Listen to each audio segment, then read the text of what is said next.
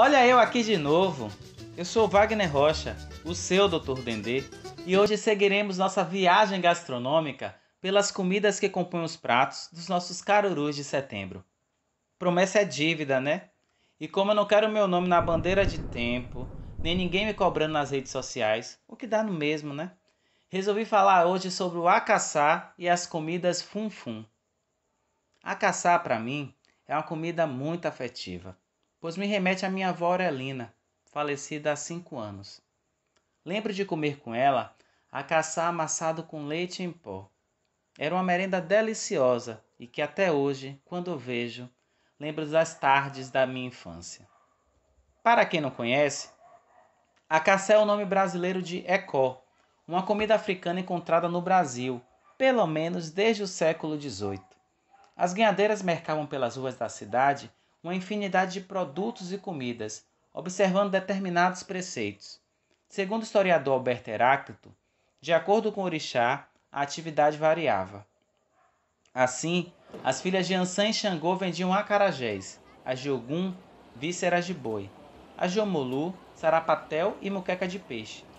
Já Oxalufã, Oxaguiã e Oxalá prescreviam a caçá, o cuscuz, o mingau e a cocada branca. Não sei se deu para perceber que funfun em Yorubá significa branco, e todas as comidas dedicadas aos orixás funfun não levam sal nem azeite de dendê, que são suas proibições alimentares, conhecidas entre o povo de santo como Kizila ou Euó. Aí você deve estar se perguntando, por que Dr. Dendê está falando de uma comida sem dendê num podcast que leva o nome do azeite? Pois bem, a resposta é simples. Até as comidas sagradas que não levam azeite de dendê estão com ele comprometidas. Conforme escreveu o professor Vivaldo, é o compromisso da ausência prescrita, da omissão enfatizada na receita, que guarda o padrão das interdições rituais. Deu para entender? Espero que sim.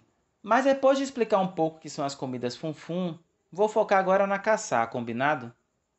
Lembra que eu comecei esse episódio falando que comia caçá como merenda? O acaçá dos meus lanches da tarde era feito com leite de coco e açúcar, mas se engana quem acha que a caçá servia apenas como merenda. O pudim de milho branco cozido e embrulhado em folha de bananeira, enrolado igual ao abará, é feito tradicionalmente sem açúcar e servia principalmente como acompanhamento para as comidas de azeite. Na minha interpretação, o acaçá desempenhava a função do arroz branco, sabe? Contudo, além de ser consumido como merenda e acompanhamento das chamadas comidas baianas, o acaçá desempenhava várias funções na alimentação. Segundo nossa querida Hildegardes, o acaçá era também complemento alimentar de adulto anêmico, uma espécie de refrigerante para cidadãos encalorados e remédio obrigatório para mães em períodos de amamentação. Como ela bem resumiu, o acaçá servia para tudo. Podia ser comido puro, semi-protegido pelas folhas que o envolviam, as colheradas molhadas no açúcar. Batido com açúcar e dissolvido em água ou leite, quente ou frio, transformava-se em bebida das melhores. Acaçá, o eterno acaçá das merendas de 10 e 15 horas, tinha o seu prestígio firmado e gozava de preferências gerais. Para os iorubanos, o ecó é feito de milho e pode ter duas consistências: sólida, como um acaçá vendido até hoje em Salvador, ou líquida, para ser bebida no café da manhã. Muito provavelmente, o ecó original era feito com outra farinha ou grão, uma vez que o milho é originário das Américas e só chegou à África depois do século XV. A receita que vingou entre nós é do ecó sólido, preparado com milho branco. Mas há também a caçá de milho vermelho, viu? A pamonha de milho, o beiju, o mingau feito com farinha de mandioca e a paçoca de farinha e carne seca são alguns exemplos da contribuição indígena para a nossa alimentação. Inclusive, o milho era um dos principais itens da dieta indígena e também passou a fazer parte da alimentação dos africanos escravizados que foram forçados a vir para o Brasil. Além do acaçá, muitas comidas africanas têm o milho como ingrediente básico. O querido Quirino registrou a utilização do milho em receitas como dengue, aluá, aberém, adô e acaçá, é claro. Porém, em meados do século XX, o acaçá, que era facilmente encontrado nas ruas da cidade, vendido geralmente por mulheres, entrou em decadência. Acredito que uma das razões para isso seja o preço baixo com que é vendido, se comparado ao trabalho que dá para fazer. Ainda assim, eu tenho dúvidas para essa minha hipótese, viu? Você que está aí me escutando, tem uma explicação melhor para o acaçar ter deixado as ruas e ter sido preservado apenas os terreiros?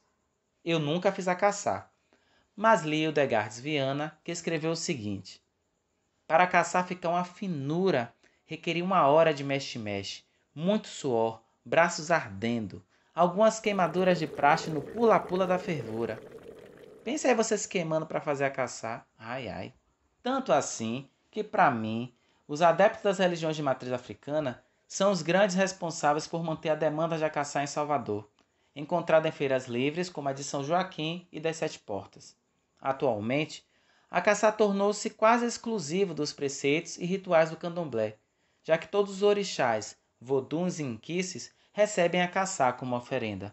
O consumo é tão restrito que muita gente nem conhece a iguaria. Você já tinha ouvido falar? Como eu disse, no passado, já foi acompanhamento obrigatório das comidas de azeite, merenda da manhã e da tarde, remédio para lactantes e anêmicos e bebida refrigerante. É uma pena que o acaçar não seja mais uma preferência dos soteropolitanos. E são poucos os carurus de promessa que ainda têm a caçar como dos acompanhamentos do prato. Ai, ai, eu estou tão saudoso hoje que estou até parecendo a professora Degardes falando. Enfim, agora que você já tem uma noção do que é caçar e conheceu seus usos no passado e no presente, quero conversar com a Macota que entende tudo de caçar. Para nos falar mais sobre a caçar e a sua feitura, eu vou ligar para a Macota Kiandeji, do Tumbancé.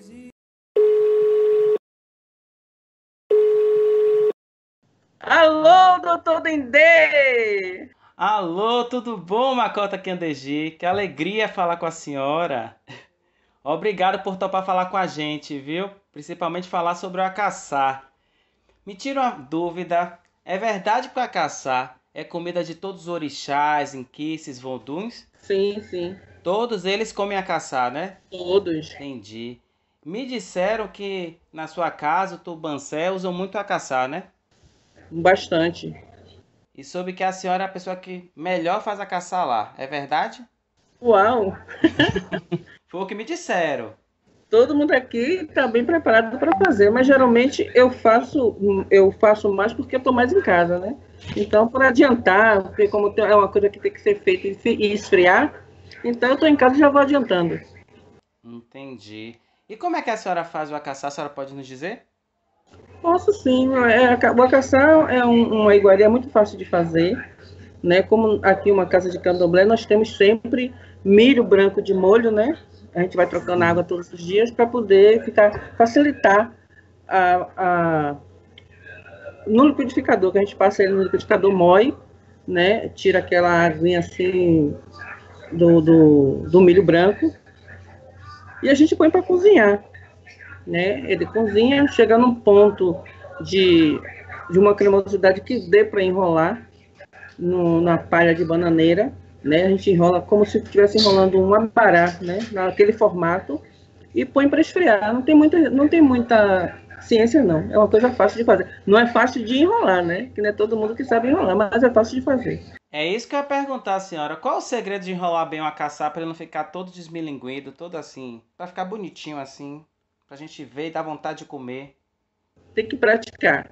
Como é uma coisa que a gente tem que enrolar quente, então tem que correr e fazer. O problema do acaçá é que a gente consegue fazer um lado e não consegue fazer o outro, né? Igual. Mas tem que ter muito treino. Hum, entendi. Inclusive sobre isso de que é enrolado quente, a senhora já se queimou fazendo a caçar? Porque eu sei que quem faz a caçar acaba se queimando, né? Tem sempre uma marca assim, uma... Não, eu não me queimei para deixar marca, mas a gente queima em pegar, né? Em colocar a folha na mão e colocar a massa quente, a gente sente uma quentura um pouquinho mais elevada. Mas me queimar de fato, não. Não, né? Já tem muito tempo enrolando a caçar, entendi. É todo um traquejo mesmo. É, a gente Tá tem árvore certo. de muito cedo e aí depois vai pegando o ritmo, já desenrola legal. Geralmente quem começa a frequentar uma casa, um terreiro, uma das primeiras coisas que a pessoa aprende a fazer é uma caçar, né? Ou não? Que seja uma das primeiras, não. Mas a gente começa a treinar as meninas que já são iniciadas, aqui, pelo menos aqui, né? Tem algumas pessoas que já sabem fazer, que não são iniciadas, está tudo bem, mas as que não sabem, a gente começa a ensinar depois que se inicia. A gente tem um diazinho assim, que eu vou fazer uma caçar amanhã, o tal dia, venha para aprender a enrolar. E a gente vai dando os primeiros passos para a pessoa mais tarde se desenvolver melhor. Macota Candegi, me tira uma dúvida. Quando foi que a senhora aprendeu a fazer a caçar? E se o acaçar só leva milho branco mesmo ou pode ser um acaçar com leite de coco, com açúcar, com mais algum ingrediente? Bom, quando eu aprendi a fazer o acaçar, minha avó que me ensinou, foi um dia assim muito. Eu nem estava esperando que ela me chamasse para fazer, né? E como aquela coisa que eu te falei, eu só conseguia enrolar um lado, não conseguia enrolar o outro, né? E você pegar para fazer de repente um negócio bem quente, aí fica mais complicado. Mas eu comecei a enrolar o acaçar do modo que ela me disse que era que eu enrolava o abará, entendeu? Aí foi que eu fui relaxando e fui aprendendo a enrolar o outro lado para sair perfeitinho, né? Que hoje já sai bem bonitinho. E o acaçar não é só feito somente com com o milho branco. Aqui a gente só usa o milho branco, a gente não usa outra coisa, mas tem uma farinha de milho branco que vende na feira, que as pessoas usam também para poder fazer o acaçar. O método é o mesmo, né? A água, botar no fogo, ferver, cozinhar direitinho e tal. Tem também o acaçar que nós fazemos aqui também, que servimos às pessoas, o acaçar de leite, né? Que é feito com açúcar, com leite de coco e uma pitadinha assim de água de flor, né? Para dar um cheirinho e um gostinho mais especial. Chega, fiquei com água na boca. Um dia desse eu faço para você. Ah, eu vou adorar, Macota. Agora a senhora tá falando dessa coisa, eu fiquei na dúvida aqui. Quem não tem milho branco em casa, se comprar aquela farinha de acaçar que vende na feira, dá certo? É a mesma coisa? Qual a diferença de deixar o milho de molho para processar no liquidificador e quem já compra a farinha pronta? Bom, a farinha pronta ela é meio grosseira. A gente não tem como afinar.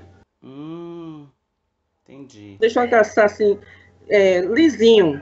Ele é meio grosso. O acaçar feito em casa do milho branco de molho, ele tem uma outra textura e tem uma outra visão também, que você vê ele bem brilhoso, né? Molinho, bonitinho, e a massa ela desliza na boca, né?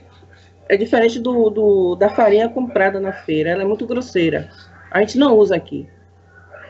Entendi. Mas para quem não, por acaso não tiver o milho branco em casa e quiser se arriscar e fazer com a farinha de acaçar que vende na feira, dá para peneirar?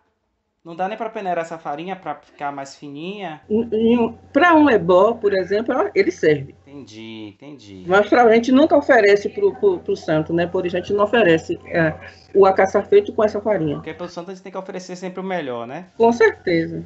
Agora, eu não sei se ela dá para processar e ficar mais fina, mas ela não fica a mesma coisa. Eu acho que o fato do milho ficar de molho dá uma grande diferença da farinha, né? De uma farinha para outra. Que no caso do nosso, o milho branco de molho não vira nem farinha, vira um líquido mesmo. Sim, vira aquela pasta, né? Aquela massa, né? Entendi. A gente coloca de molho 2 dias antes, mais ou menos nesse período, para ele amolecer bastante, porque o milho ele é muito duro e a gente não consegue processar ele do jeito que ele vem, né, in natura. Tem que colocar de molho mesmo para poder ele passar melhor. Quando você ele começa a cozinhar, ele começa a saltar da panela, dos lados da panela. Você não pode deixar queimar. Quando ele começa a saltar, ele já está no ponto. Outro ponto também que você pode olhar se ele está realmente no ponto, aqui a gente faz muito isso, quando a gente está ensinando alguém a fazer, né? Pega um copo de água, pega aquela massa cozida e joga dentro do copo da água, né? Se a massinha subir, ela está pronta. Se ela descer, não está. Ela não está cozida. Nossa, haja segredo, viu? São vários pulos do gato, viu, minha gente, para fazer um acaçar gostoso, lisinho, lustroso, que a gente olha e dá vontade de comer. Então, Macota Candegi, a gente está aqui conversando sobre acaçar, mas a senhora, enquanto autoridade, né, uma sacerdotisa do candomblé banto, poderia dizer para a gente como é que vocês chamam a acaçar em banto? Tem alguma nomenclatura no Kibum para se referir a acaçar? Sim. Na nossa linguagem, o acaçar é chamado de fungi, né? Que é um alimento muito comum na África, né? Ele é servido com outras iguarias, E ele não é enrolado, ele não é modelado, né, como nós fazemos aqui. Ele é cozido como a gente cozinha, né, numa panela, cria-se como se fosse um pirão, o nosso pirão que nós Sim. temos aqui, e ele é servido com carne, com peixe, é um alimento muito comum, é um alimento base dos africanos de Que Angola. interessante. Já viu, gente? Funge é o nome do acaçá para os Eu angoleiros. não confundi com vunge, porque existe a palavra funge, que é denominado wacaçá, e tem vunge, que é denominado aos beijos, né, beijos, aos gereis. Nossa, quanta informação bacana, minha gente. Tô anotando, né? Por favor. Então é isso, viu, Macota Candeji? Muito obrigado pela sua participação. E vamos marcar para comer esse acaçá, viu? Eu vou cobrar. Pode cobrar e pode dizer o dia que eu vou fazer para você Ah, vir vai ser comer. uma alegria, um prazer. Muito obrigado, viu? Um cheiro, sua bênção. Beijo. Ai, me deu uma vontade de comer acaçá com leite em pó. Terminando esse episódio, eu vou fazer pra mim. Se você está com saudades ou quer conhecer o acaçá, você pode comprá-lo nas principais feiras de Salvador. Normalmente você vai encontrá-lo sem sal ou açúcar. Se quiser o doce, sugiro comprar farinha de acaçá nessas mesmas feiras ou fazer como nos ensinou a Macota, colocar o milho de molho em água e depois liquidificá-lo. Mas se você conhece alguém que faça um acaçá tão gostoso quanto que eu comia com minha avó na infância, mande o contato da pessoa no nosso Instagram, que vai ser um prazer divulgar. Esse podcast é apresentado por mim, Wagner Rocha, o seu Dr. Dendê, e tem um designer de Davi Barreto, a edição e gestão de redes sociais da Alecrim Serviços Criativos, a produção de Jean Cardoso e a direção e criação de Rafael Fontes. Até a próxima parada. Um cheiro!